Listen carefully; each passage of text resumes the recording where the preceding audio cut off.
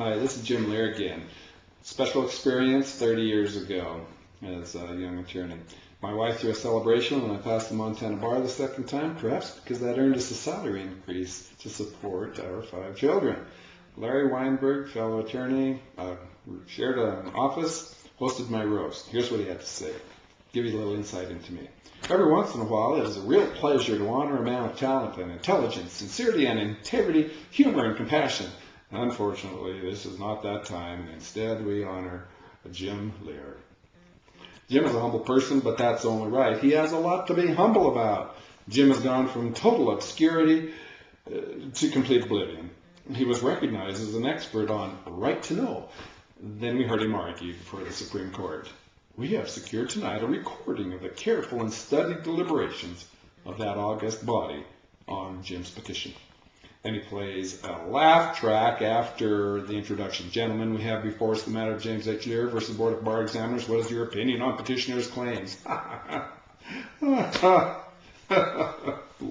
thank you. I know Jim will treasure this memory. Next, I would like to introduce a choral group whose name is familiar to us all, to honor Jim Lear. Without further ado, I present Maestro Charles Brown, another attorney, and the Norman Pumpernickel Choir. And they sing a humor song. It wasn't the Mormon Tabernacle Choir. Thank you, Charles, and thank you, choir.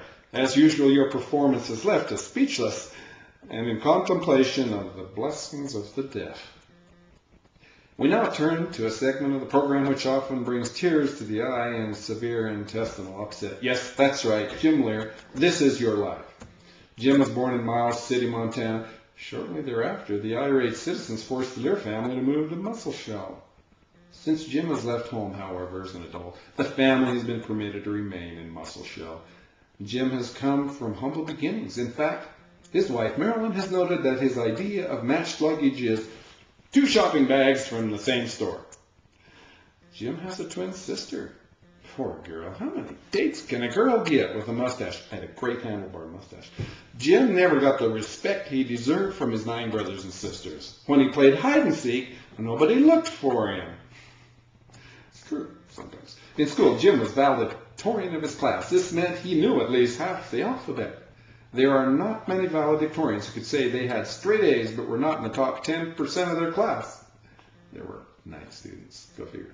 An intense competitor, Jim won a 4-H cooking contest, but lest you think he was not macho, Jim took part in other activities. Jim, can you recognize that voice?